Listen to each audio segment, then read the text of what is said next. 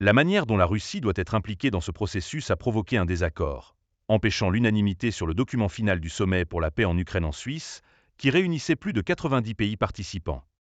Pendant 2 jours consécutifs, les délégués ont discuté de l'avenir de l'Ukraine près de Lucerne.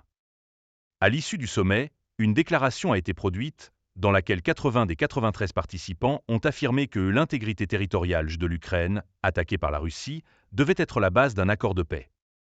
La déclaration accuse la Russie d'être responsable de la guerre en Ukraine, causant d'énormes souffrances humaines et des destructions massives. Toutefois, ce document n'a pas été signé par des pays comme le Brésil, l'Arabie saoudite, l'Inde, l'Afrique du Sud, la Thaïlande, l'Indonésie et les Émirats arabes unis.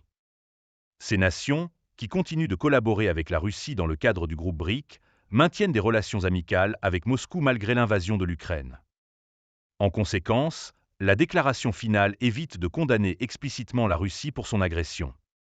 Le chancelier autrichien Karl Nehammer a précisé que le refus de certains États de signer le document était dû à des détails concernant certains termes diplomatiques, mais que cela ne remettait pas en cause la base générale de la déclaration. Il a également exprimé le souhait d'une conférence de suivi pour l'Ukraine. La présidente de la Suisse, Viola Amherd, a quant à elle déclaré qu'il serait probablement possible pour le président russe Vladimir Poutine de participer aux prochaines négociations de paix avec l'Ukraine, malgré un mandat d'arrêt émis contre lui par la Cour pénale internationale, CPI.